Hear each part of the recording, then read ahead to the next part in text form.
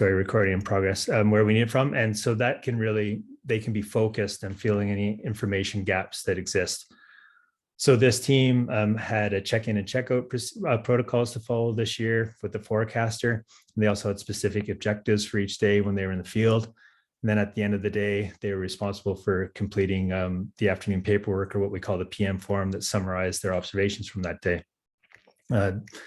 Also this year, we added an assistant forecaster. Given that I'm located in Jindabyne, we were looking for someone that had the right skills and could oversee the Victoria backcountry conditions reports. And so MSC hired Kyle Boyes for that position. So shout out to Kyle. He did an excellent job this year. And we hired Kyle because he's working towards his Canadian Avalanche Association Level 2. And indeed, actually, he's on his way to Canada in the coming weeks to spend the season. And we wish him all the best of luck in the coming months. Aside from the assistant forecaster, this year we had some paid observers. And the main criteria for looking for paid observers to fill these positions was their educational background, or that's to say, having the Canadian Avalanche Association Level 1 or equivalent. In Victoria, we had 3 observers this year: Luke Friskin, Luca Shipspanik, and Bailey Kupferschmid. Together, these 3 helped Kyle with field observations throughout the season down in Victoria, and really appreciate their help down there. In New South Wales, we had 2 people on the team in the paid observers position. And a shout out goes to Matt Clark and Flora Hunt, both ski patrollers from Threadbow. So thank you both. I look forward to working with you both more this season if you're in the room here. So got a bit of a trend going on here. As you can see, that the more data we have, the better our forecasts. So in Victoria, there are some areas that are harder to get to than others and are sparse with data. And so MSC is experimenting with our own digital field observation plots. So essentially, these are webcams of sorts and that are strategically placed in the various locations. And then we can see information like snow accumulation, wind direction, or the terrain. Like in this photo here, we could track the cornice development on Mount Feathertop. And of course, in this photo, you can also see sky cover. So Will and your children, I see you in the room. Shout out to Will McRae. Will has been behind this initiative, and he and I had good conversations this season about how these plots are working this year and what information we're gleaning from them and what we can do in future to continue to improve their value for the operation. So thanks, Will. We'll look forward to incorporating more of these in the future. And just one last note about them. As you can see, currently they're exclusively in Victoria. So we'll be looking at whether or not they'll be viable in New South Wales as well. Another exciting event that occurred in 2022 was the first ever Canadian Avalanche Association Operations Level 1 course to be held in Australia. So it took place in Charlotte Pass in September. And for those that don't know, but it's a professional level course. That's really a communications course that teaches the students how to both gather snow and weather information, record it, and implement it into an operation, such as an operation like the MSC. So this course is being mentioned tonight because through the MSC Professional Development Fund, we sponsored many of the students. It's a big step forward for succession planning for the MSC. And in essence, in return for a partial sponsorship of course fees, these graduates will fulfill the similar duties to paid observers. So that is to say, they'll, in the next coming years, we'll check in with the forecaster, have specific field objectives for the day, and complete the afternoon PM forms with their findings from the day. And they'll be accountable for a certain number of observations each year. Like I said, it'll be over the next 2 years that they'll be feeding observations into the system. And also the level 1 graduates are spread over both Victoria and New South Wales. So that's pretty great too. So the avalanche cycles in 2022, look, this isn't a comprehensive list of all the avalanches that were observed or reported in this year, but I thought I could discuss just a few of the bigger cycles and the more interesting ones for people's interest sake. So I'm just going to look at 3 specifically. The first one was early in the season, the 28th of June. That picture that you can see on the left-hand side, that's Jake Iskoff, who's in the room. Thank you, Jake, for all your information throughout the year. And the photo was taken by Rowan Kennedy, and again, another great person out there in the field helping MSC. But essentially on the 20th of June, there were 3 avalanches in the Sentinel area, 2 size 2.5s and 1 size 3. Just a reminder for sizes, the size 3 is big enough to start burying and destroying cars, trucks, and breaking trees. And so these 3 avalanches were glide crack releases. As you remember, we had a deep early season snowfall, and that came on the warm and wet ground. And with the lots of moisture on the ground, there's not a good bonding surface there for the snowpack. And the thing with glide cracks, in terms of forecasting and predicting, they're very unpredictable. And when you see glide cracks, the best way to deal with them is simply avoidance. And for interest's sake, in the recent days, within the last week, I think, this area has again failed to ground on a glide crack in the Sentinel area. The second one are the other pictures here on the 19th of July. So the picture in the middle is of the Twin Peaks area. And then the other picture, the patroller, is Bill Barker down in Hotham.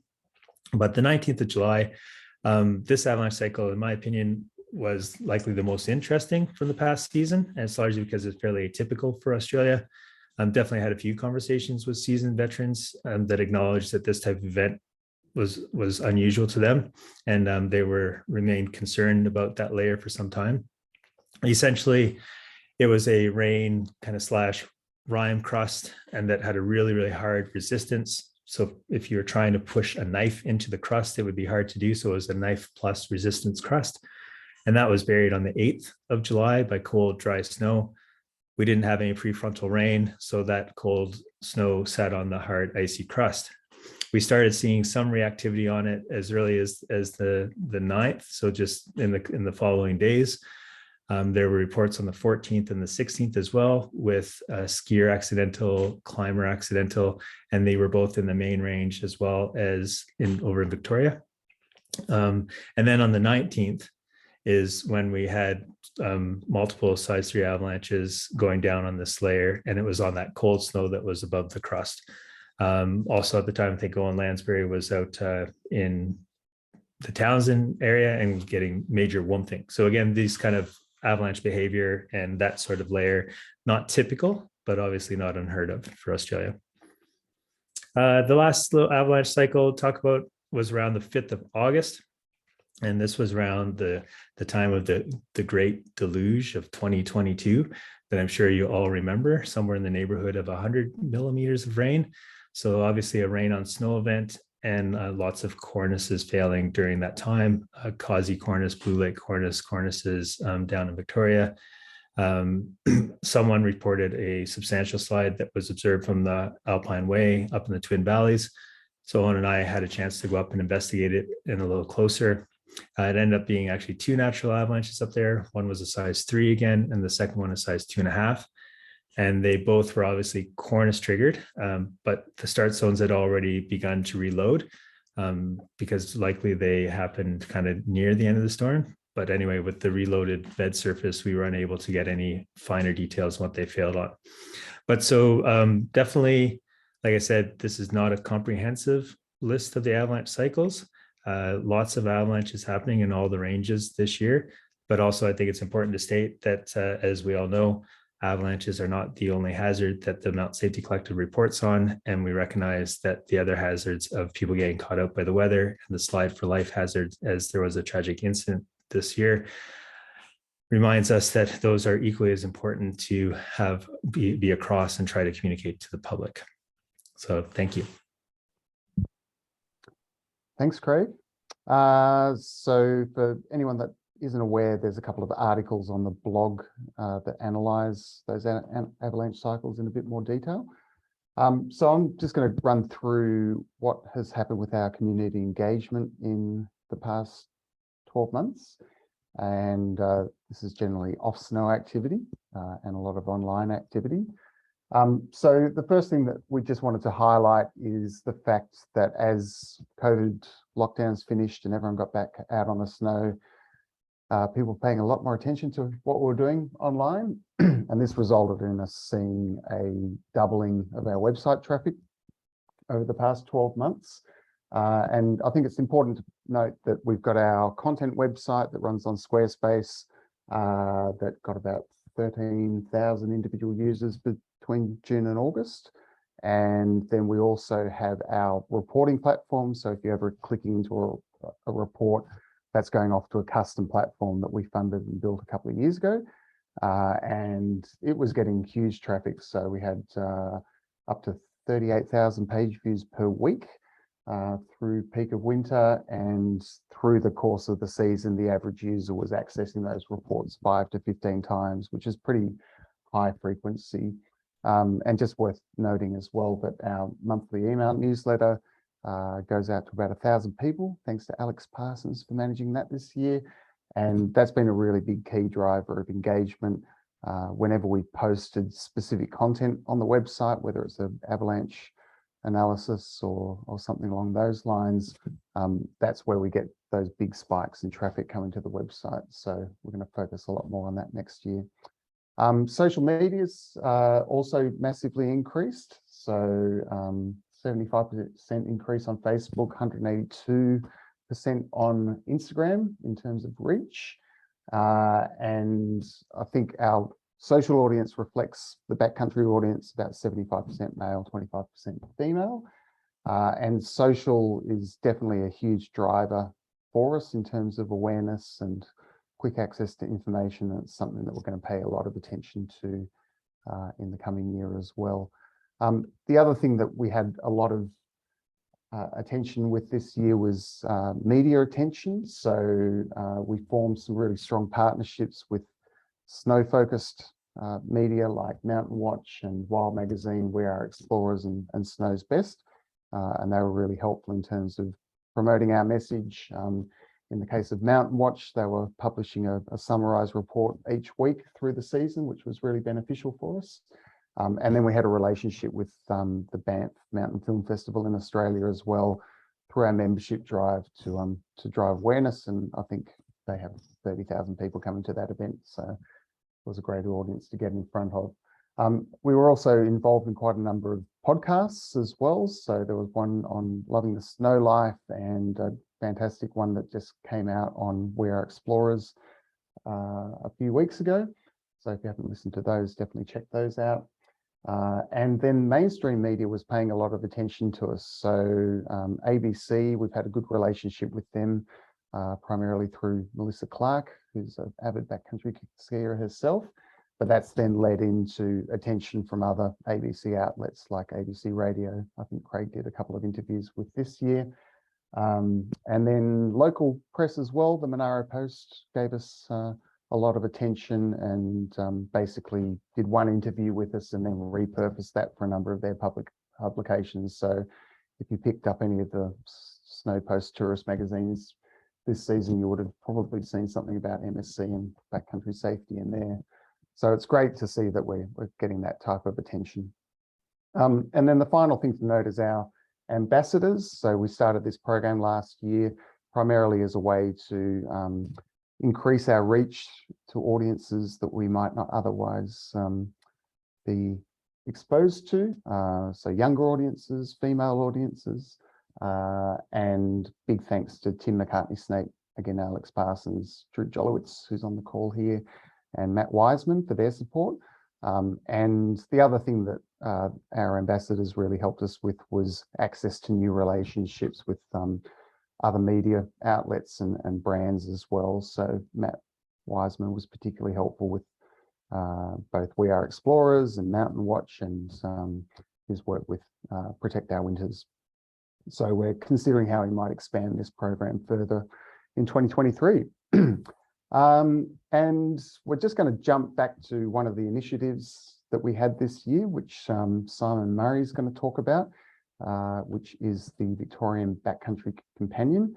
And this is just a great example of how we can create content specific for the backcountry community. Do you want to jump on, Simon? Yeah, thanks, Alan. Backcountry Companion started out with, can everyone hear me? Am I all good? Yeah, thumbs up. I,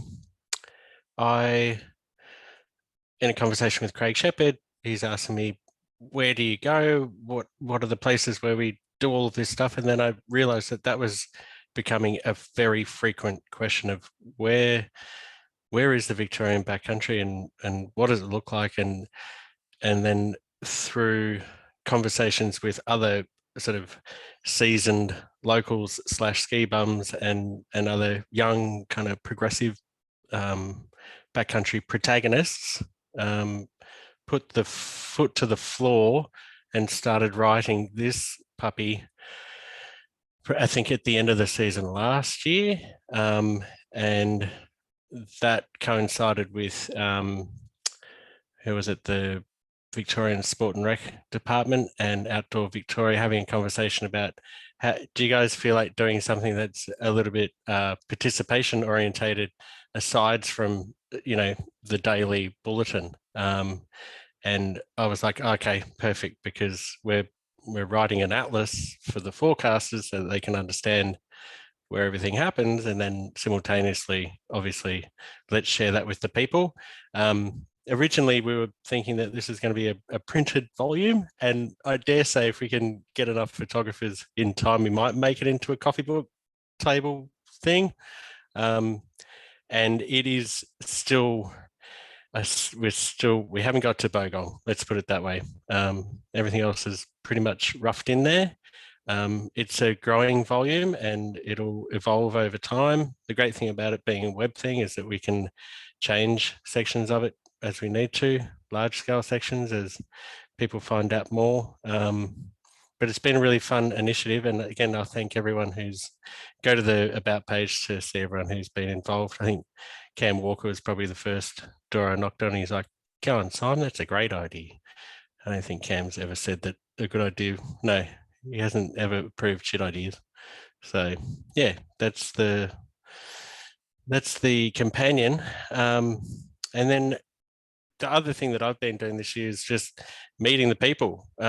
And as we all have, all of the MSC crew have been out there, especially in the pre-season. And I think I'm looking at the list here. I know a lot of you guys have been along to our nights, but also a lot of people who've never even heard of MSC before, which is, you know, they're still out there. Spread the word, guys. So I think, what did we estimate it? Over 200 people turned out to the information nights.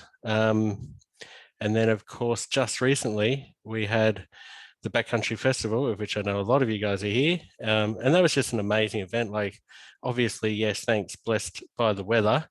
But coming off the back of 2 years of COVID, wow, like we needed that. I think that was sort of the expression on people's faces at the outdoor bar around about sunset.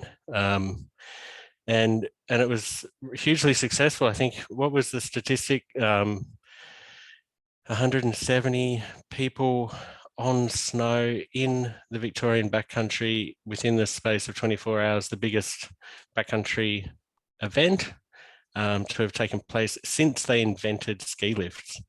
And that's a pretty good show. And I think literally I can just say thanks, everyone, because you're all there.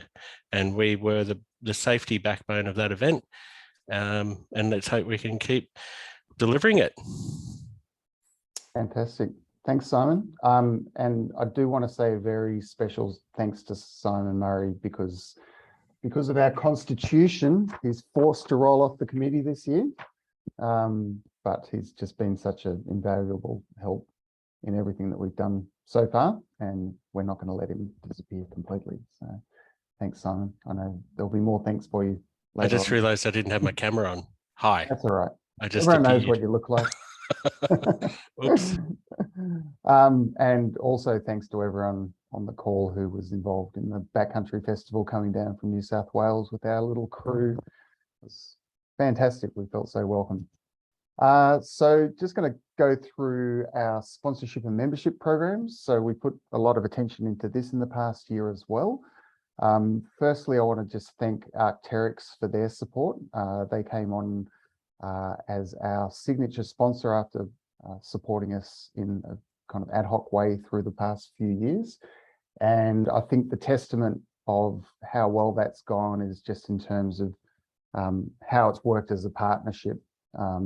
It's not just them throwing cash across the fence and hoping they get some exposure. It was definitely a kind of joint partnership in terms of what they wanted to be doing with the community and how we could connect them with that and how that could support our overall mission. And that was everything from discounts for members signing up, pro deals for the MSC team, helping coordinate all of the education nights, supporting the Ops 1 course, and a whole range of other things. So big thanks to Hayden and his team for that. And that's set to continue in the longer term as well. And then not forgetting our other sponsors as well. So we've had great support from Mammut as our avalanche safety partner. And they've provided a lot of equipment for us. They've been instrumental in helping us get that first avalanche training centre up and running. And again, a great brand to have been working with. I actually got a chance to go to their headquarters in Zurich a couple of weeks ago, which was a nice little detour. Of course, Marka Volkel have been supported this year as well. And then our government support has primarily come from Parks Victoria, and we had New South Wales National Parks and Wildlife Service come on board this year. And I think in terms of adding to our credibility, that's just been invaluable, having those government organisations backing us. And we've already started looking at some other partnerships that could come off the back of that. And then the final thing to mention in terms of supporters was our event partners. So we had Threadbow, Burton, Black Crows and Alpine Access all jump in for our membership drive and provide prizes for that, which really helped drive interest. And then we had Capital Brewing come on board for the Backcountry Festival to keep us satiated. And I think being able to offer that type of opportunity to brands has been really, really good for us as well. So moving into 2023, we will be releasing our sponsorship prospectus. So if you work in the industry, if you've got friends in the industry, I think we're very cognizant that a lot of retailers and companies have had an incredibly tough couple of years through COVID. So we weren't too bullish about going after funds from them in the past year. But I think everyone's had such an incredible season this year that we're not going to be as shy as we might have been in the past. And I think importantly, any of those funds are going directly into the program, and it's helping us expand that program and professionalize it over time and provide all that continuity and contingency that Craig was talking about earlier. And that all feeds into our membership program as well. So I think we started 2022 with about 400 members. I looked at it just before now and we're over 900 members now, so more than doubled. And a lot of that came off the back of the membership drive that we ran pre-season. And I think the lesson there was we'd never done a consolidated membership drive in the past. And as soon as we did, then we found that we had a lot of support coming from our backcountry community. And it's something that we'll be looking to grow over time. Our sense is that there's about 10,000 backcountry participants or backcountry curious people in Australia. So we've kind of tapped into about 10% of that at this point. So we're planning to run a similar one next year. I think this year was our inaugural annual membership drive. And again, thanks to everyone that's on the call for supporting us in that way. And with that, I'm going to hand over to Nez to talk about money.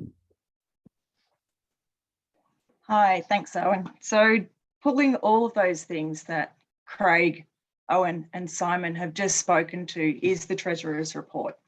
So obviously we spoke to an increase in memberships. We spoke to the fact that there's sponsors coming on board, which really goes towards, you'll see that our trading income has increased a lot. I'd just also like to point out that this is for the financial year ending May 2022. So we will have a year-to-date update as well at the end of this, but just to recognise that this is before the start of our official season here. But you see we had an increase in our trading income, mostly through the grants and the sponsorships that we've been enabled to have. So thank you very much to those, but also from an increased participation in our memberships, which has been fantastic.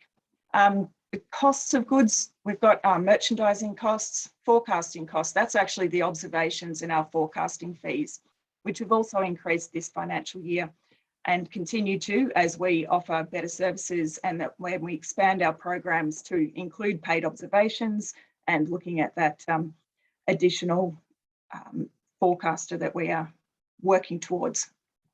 Our operating expenses also went up, as you'll notice. Insurance, software hosting, software development. We spent a bit of money on actually improving our website and making it a lot easier for people to be able to put observations in and for us to be able to get the conditions reports. So overall, for the year ending May 22, we had a net surplus of 29,000, and that gave us a total equity of 60,000. For this season, we have been running at about the same level. So we have spent around about 60,000 this season. And we are currently sitting on about 60,000 in the bank. So we'll have some other outgoings that will be part of preparing for next season that we'll certainly dig into, but also we'll have our sponsorships and some continued support happening there. That's pretty much it for the Treasurer's report. Thanks, Nez. And I think it's worth noting that despite our financial health, we are obviously looking for more funding over time so that more and more services can be professionalised, like our field observers and our forecasters. I think credit to everyone that's got MSC to this point purely through volunteer effort. But as we become a kind of consolidated service long term, then our costs are going to increase over time. And I think the outcome of that is that we can continue delivering daily forecasts throughout the season. And one of the other things that we can do is we can fund things like the avalanche training centres. So Rolf, do you want to just talk about that quickly? I dismantled the electronics today up at Hotham and ran the analytics, and we had 255 individual exercises this season and 23 exercises in expert mode. Now, that doesn't seem like that much more to last year where we had about 250, but we have to remember last year Ski Patrol was twiddling their thumbs a lot because there was not much going on. So they trained themselves up to be extremely good in locating buried victims, which is handy. And this year would have been mainly visitors to the mountain or members, as Ski Patrol was way too busy attending to wrecks on the field. Yes, so 255 and 23 in expert mode. We did run during the Backcountry Festival avalanche rescue competition, and I only had 18 people come through to log their times, and next year I'd like to see that quadruple, because it was such an exciting event during the Backcountry Festival, and some of the teams were really putting in some sweat and tears into bettering their times. And yeah, with any luck, we might see an ATC in New South Wales, and then we can run a VIC, or what do you call it? A VIC New South Wales competition in the avalanche rescue competition. Do you really want to have that competition, Rob? State of origin. Absolutely.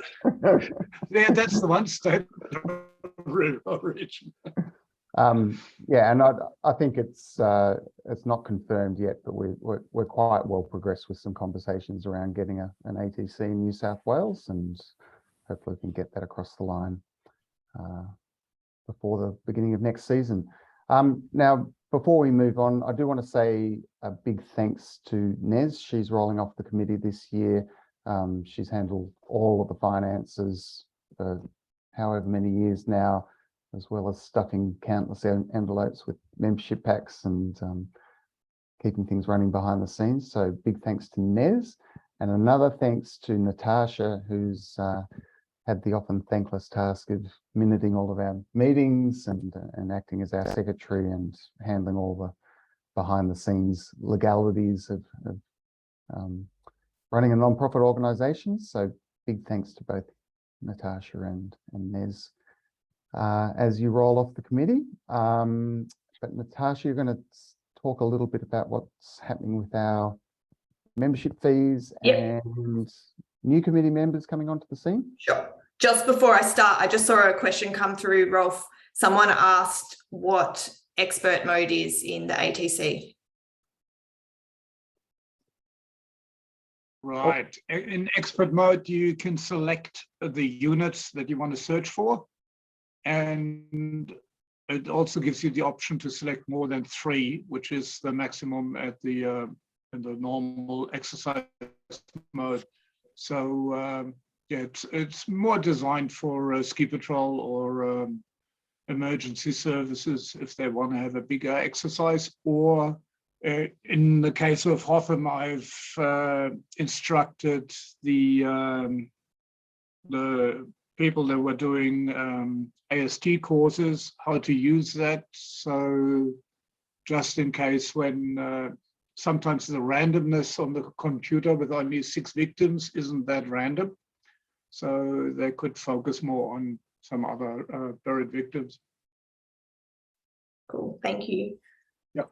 So we just need to, as part of our AGM, we just need to move a motion around our annual membership fee. And I'd like to propose that we keep it at the current $50 mark, and we just need a seconder for that if anyone wants to put their hand up.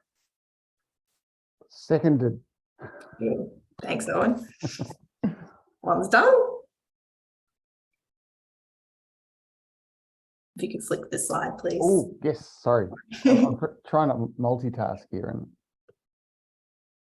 Cool. So next is, as you've heard, Nez and Simon are and myself are stepping down from the committee this year. My thank yous have already kind of been covered, but I'm going to say it again.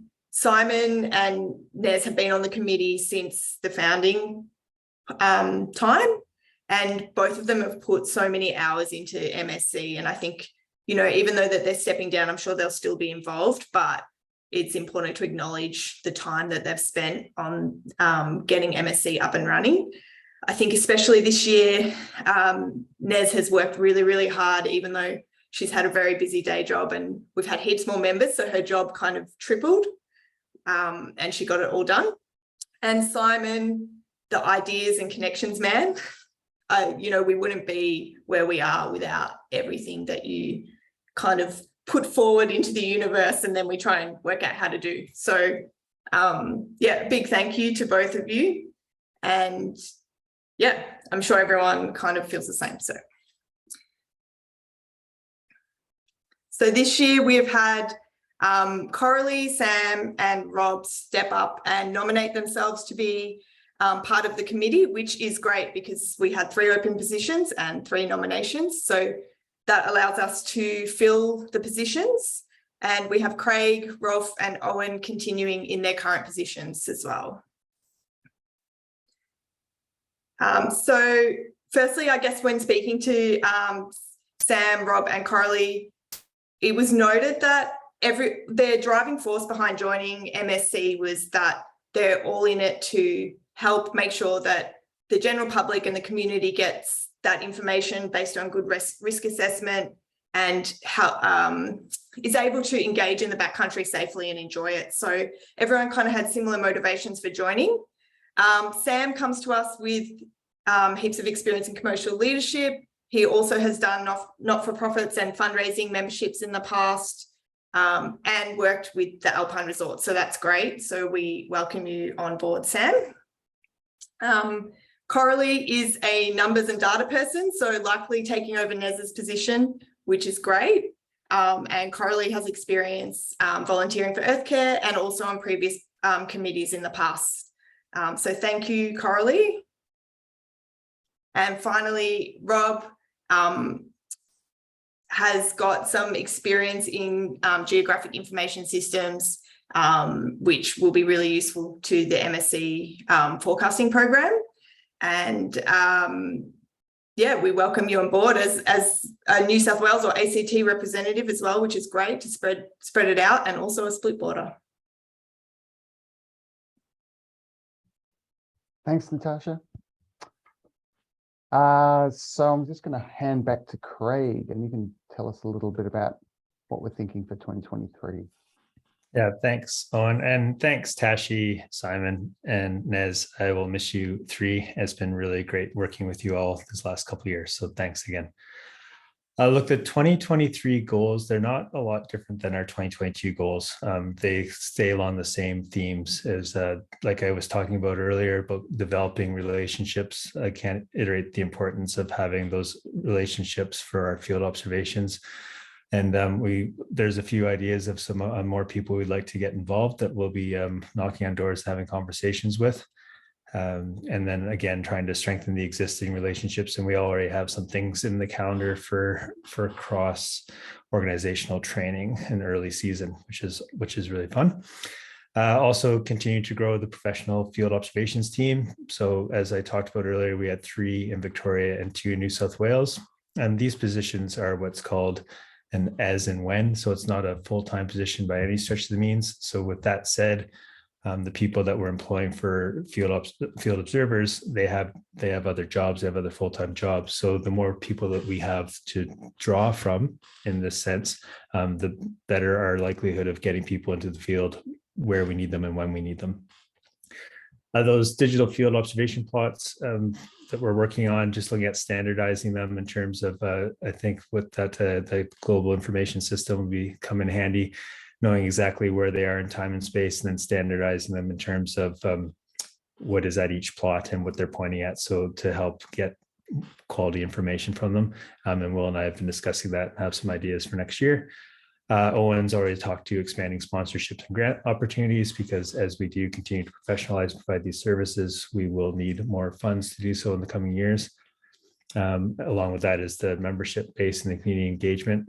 Anyone here tonight, love to hear ideas about different ways that we can continue to engage with the community and spread the word and get them involved with the MSc. Also, what's been discussed is trying to get a avalanche training center for New South Wales.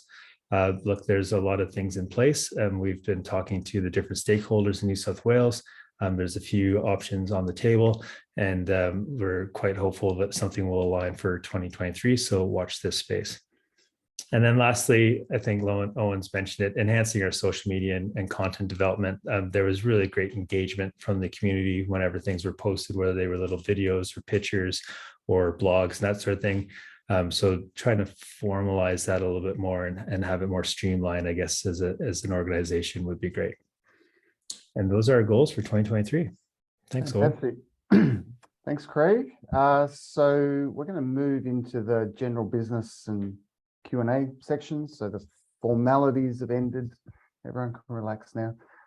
So if you do have questions, we've got the chat window there. I can reread them for the audience. If you want to take the stage, just take off your, well, I think you just have to unmute and start talking. You'll pop on the stage. So there was a couple of things that were popping up in the chat here. Sorry, I'm going to go backwards. Brett had a question around what is required to provide an ad hoc field observation that is useful to the professional forecasters. Craig, do you want to take that question?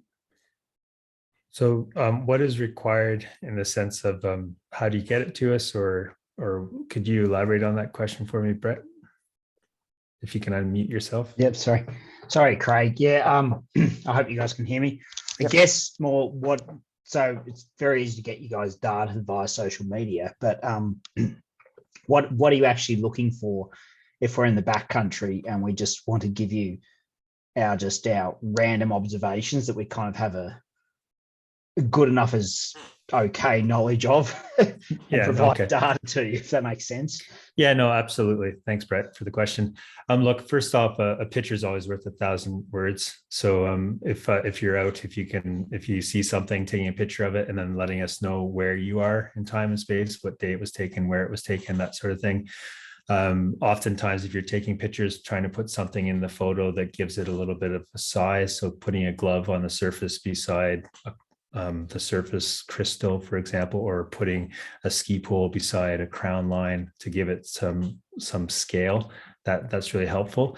And then, I mean, depends on each individual's experience, but sometimes people will send in pictures of their profile book if they've actually dug a profile and looked at the layers and that sort of thing. But generally speaking, Brett, a picture is great. And then what the weather was doing, whether you could see or not, if it's blowing and snowing, and just even what the ski quality was, like if because we're not focused on only avalanche, knowing that it was a widespread crust on all aspects that didn't soften, that's really valuable too. I'll have to say, I absolutely agree with that, Craig, because early this season was absolutely horrific in New South Wales backcountry on icy conditions, and it looked amazing, but it was probably a good situation to let people know it's not very safe. Yeah, no, absolutely. So thanks you again. Now, we did have a question about the digital field observations. Will McRae, you still on the call here? Do you want to just tell us how that all works? I can find the mute button. Yes. So basically what it is, it's fairly simple at the moment. Well, simple in that we've got a snow stake and we've got a camera with lights. The complicating factor is that, as we all know, there's no PowerPoints. We've got to carry it and the weather's horrible. So what we've been working on, Simon last year with me and then this year as well, is getting cameras up that we can stick remotely. So we've had one at pointing near Bogon, which was that link I put right at the beginning of the chat. One pointing at Further Top, and one up on Buffalo. Then there's been 3 in the ski resort at Hotham, sorry. And we were looking at Stirling, but we didn't quite get there because, yes, we had everything working towards the end of last season and then Telstra changed the network. So the plans for this season were actually to get a little weather station, and it doesn't have LiDAR, which I noticed in the comments, but it does have a sort of a laser rangefinder on it. Hopefully will work. But yeah, the idea is to add temperature, wind direction and speed, and a snow depth next season. So they're small setups, and big thanks to Rolf, who put together some tripods. If I can find them, I'll stick in some photos of a couple of the cameras so people know what they look like. Does that answer the questions? That's great. Thanks, Will. And can I just add one thing? Sorry, Owen. And I just want to say, like, I think it's great to have them out there, and it's it doesn't have to be really complicated. And friends of mine that are back in Canada that work for Avalanche Canada, they just were like, yeah, never underestimate the value of a webcam pointed at a snowboard and a thermometer. And, that gives a lot of information. So it's a really, really great thing, Will, and looking forward to tweaking it with you. Yes, there's a thing I came across recently because wind speed meters are particularly sensitive to snow and ice, and someone suggested a ping pong ball on a piece of string in front of your web camera. It used to be a standard, but anyway, I'll pick some photos up in a sec if I can find them. Great. We had another question from Brett around how we're going to engage the younger crew. We were all there once. So I think this has been something that's been quite top of mind for us in the past year, mainly in terms of content and socials and that type of thing. And I think the main lesson that we're trying to get on top of is that the majority of people are getting most of their community information from things like Instagram these days, and we need to be front and center there in terms of getting reports out there. Yes, and the youth are on TikTok too, but but I might throw it to Alex Parsons because she's been at the front of a lot of the content that we've been working on. Alex, have you got some thoughts on this topic? Yeah, for sure. I think what we're finding is that video content is really popular, vertical video especially, and transient media, which is like stories. So we started, Craig and the team started doing some stories, putting up the daily backcountry conditions reports on stories and getting some engagement from that, because they just stay up for that 24-hour period. And I think that worked really nicely. And yeah, we're just sort of trying to keep in touch with what people are engaging with. And so far, Instagram and Facebook has been pretty successful, and just talking to people and having young ambassadors helps as well. Yeah. Yeah, and I think that the culture overall has changed massively in the last few years. It's very rare to come across people that haven't actually done the AST1 in the backcountry these days, which is amazing. Sorry, can I just interrupt there, Owen? I know a lot of young park skiers and stuff that are very rad at what they do, and I know they want to explore stuff, but they do need to learn how to engage with this kind of backcountry experience, because I can see them going out and building massive kickers and stuff in the backcountry, and I just don't want to see them get them injured and see them become a victim of their own naivety. So I think we need to kind of try and tap into that environment of that subculture of park skiers and snowboarders and so forth that just don't have any real appreciation for the backcountry aesthetic, might be the word. Anyone else want to comment on that topic? Nope. Moving on. So I'm just going through the questions here. So Charles mentioned having a social platform for MSC members only, and BC enthusiasts to find out some adventure buddies before heading out and avoiding solo adventurers. So I think one of the things that we have done this year is we've kind of pulled our focus back in primarily on our reporting role. And in the past, we had tried to be a little bit all things to all people in terms of directing them to guiding operations and education courses and that type of thing. So I think our current position would be that we'd leverage existing community platforms that are already doing that quite well. So things like the Australian Backcountry Group on Facebook tends to be the place that people go to do those types of call outs. Not saying it won't happen in the future, but that's probably not on our radar immediately. Craig, do you want to add to that at all? Yeah, no, I just agree with that. I think simplifying what the MSC stands for and does and that sort of thing was one of our big focuses this year. So I agree. And then Greg asked about continuing reports further into spring. So I know we had quite a few comments coming through on socials around when we had big spring storms, why weren't we doing forecasts? And again, that's a forecaster question. Yeah, no, great. Great question, Greg. Thanks for that. And it's tricky. You know, what's tricky operationally is early season and late season outside of the main operating season, when your resources just aren't as flush as during the season. So that is one of the challenges. And often what's happening, at least the last few years, is that into September, we well and truly get into a spring cycle. And then inevitably there are late season storms that have issues that come along with them.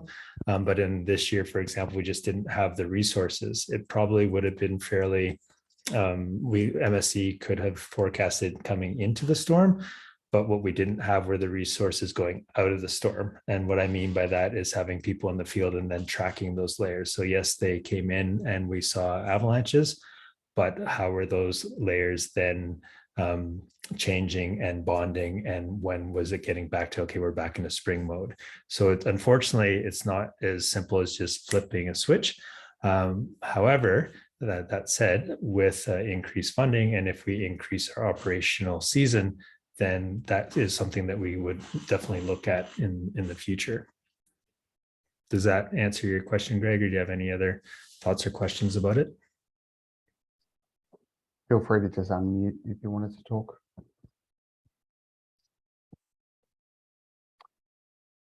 And then Paul had a comment just around having a presence at things like the Snow Travel Expo.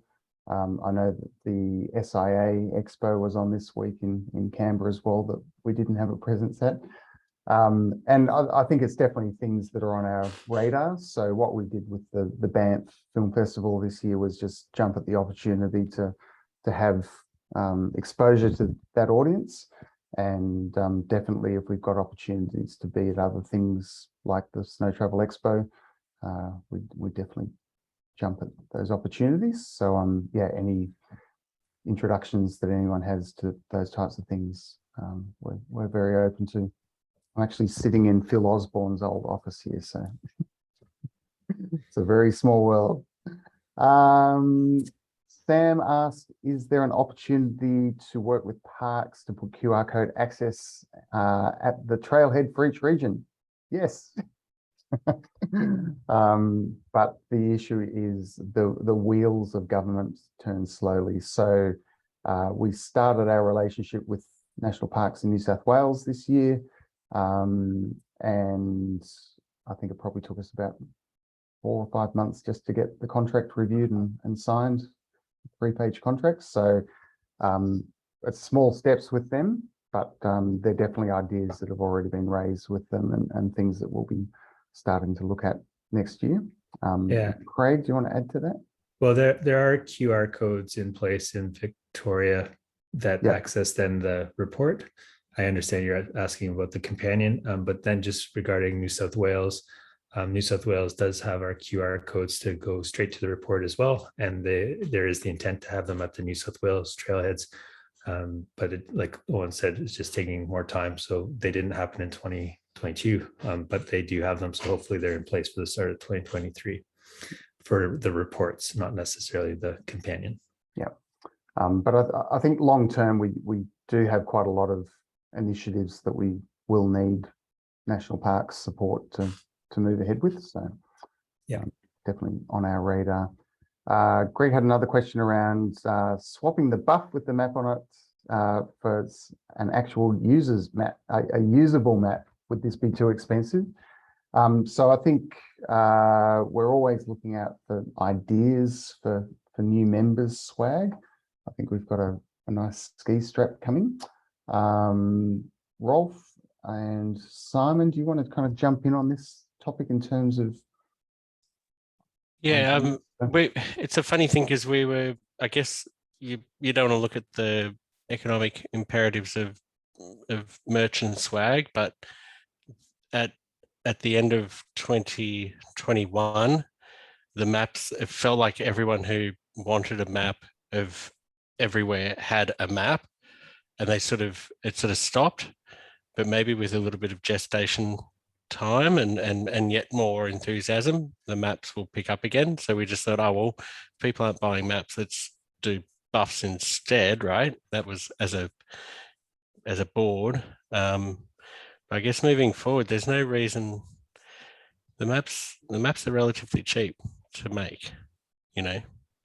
The more you make, the cheaper they get, which is the genius of the buffs, because we got a lot of them. I don't know, Nez can probably tell us how many we've got left.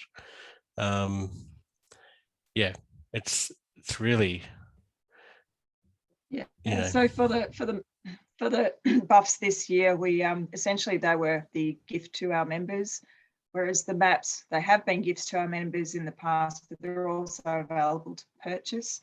Yeah, and as Simon mentioned, we had 3-4 years of providing a map as the membership pack, and as you mentioned, lots of people ended up having every map they had, so they didn't want another one. But for those newer people that have come on board, they probably like the opportunity. So yeah, we look at trying to provide something different each year for our members.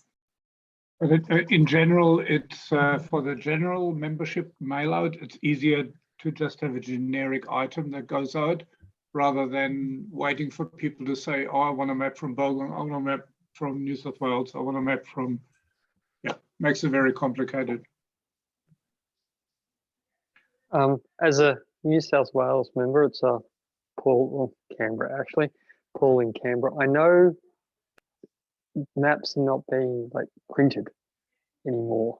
In New South Wales, it's getting hard to find them. So yeah, it might be a time to consider that. I know I'm a new member. I'd appreciate a map. I just haven't got around to buying one. So yeah, I'm not sure if that's the case in Victoria, that you can't get maps, printed maps anymore.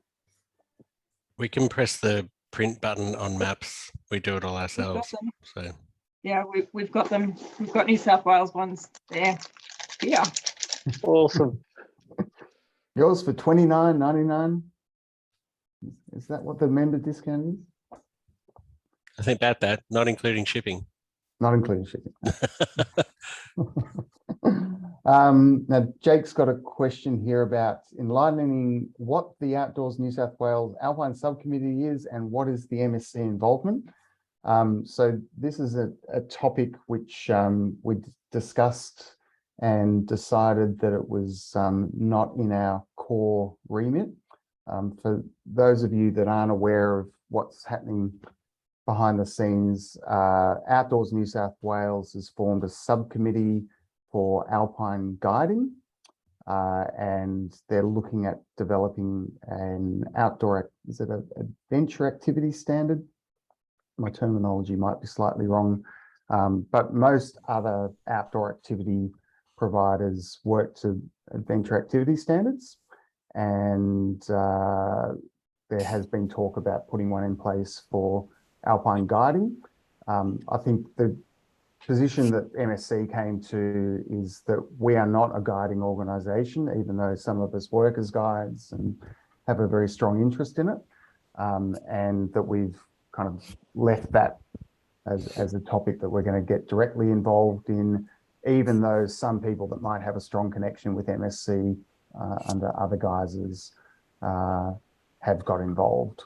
And I think how that's likely to play out is that there'll be some meetings and stakeholder engagement, and at some point there might be a recommendation that says, here's the alpine adventure activity standard for alpine guiding. We've got someone with their hand up there. Dave Chitty. Yeah, I'm actually, the committee's been formed. I'm on it. Yeah. Oh, there you go. I'm not. Else is on it. There is a adventure activity standard for snow in the Victorian standard still. Yeah, but there's no good practice guide in the new national standards for snow activities. Yeah, so there'll probably be something for a range of different types of activity, and whether it's all in one good practice guide or a number.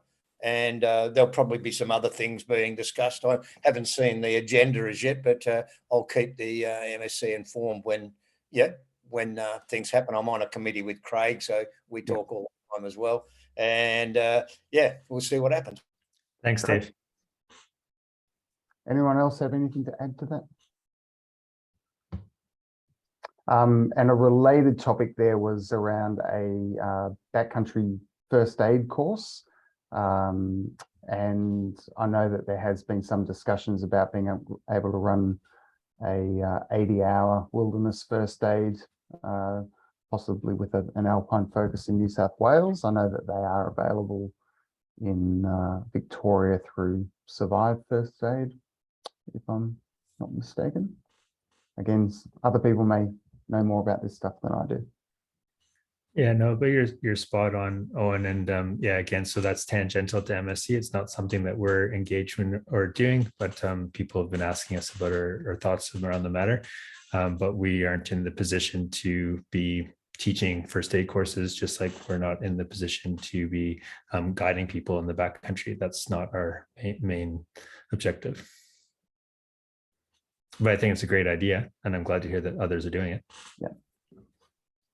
Yeah, can I just jump in on that point, since it was my idea? Well, the point that I raised, I was thinking more like, if we're talking about engaging younger people and different audiences in the backcountry, the context of my comment there was like, if you go out in the backcountry and build a massive booter, firstly, you've got your alpine safety general issues. Secondly, how are you going to care for your guy with a bone sticking out of his arm when he smacks into some hard snow? So what I was thinking more in the context of there was just like a 2-day first aid course, but replacing some of the parts, like how to deal with someone who's fallen downstairs, with more backcountry or like first response style bits and pieces. And that's like, that's not MSC's responsibility to teach. And I'm not sure, I don't know what everyone's permissions to teach stuff like that are, but it's just something that maybe is worth thinking about developing later, or getting partners to develop later. Yeah, I am aware that there's some backcountry focused operators that provide alpine focused first aid courses. And I know that things like the remote area first aid course, which is the standard, does cover topics around taking care of people in remote areas, waiting for help to arrive and that type of thing. Yeah, it's just maybe to engage more people in that idea, we need to be more creative about lowering barriers to entry, so to speak, because rougher and WFA are long and expensive courses that an 18-year-old is not necessarily going to think about. So, that's a great idea. Okay, we're just past 7:30. Is there any other kind of big topics people wanted to jump on? There's a bit of chatter happening in the chat window there, but not actual questions. Well, we might leave it there. I do want to thank everyone for attending, and we do have avenues to contact us and connect with us should you need to. Obviously, social media is an easy way to get in touch. We've got our contact form through the website, and if there's specific people that you want to have a conversation with on the committee, by all means, just reach out and we'll make sure that we can connect with you. And we're always open to great ideas like ones that have been raised tonight. So thanks again. If you're an MSC member, thank you for your support, and tell your friends, and we will see you in 2023. Thanks, everyone. Thank you.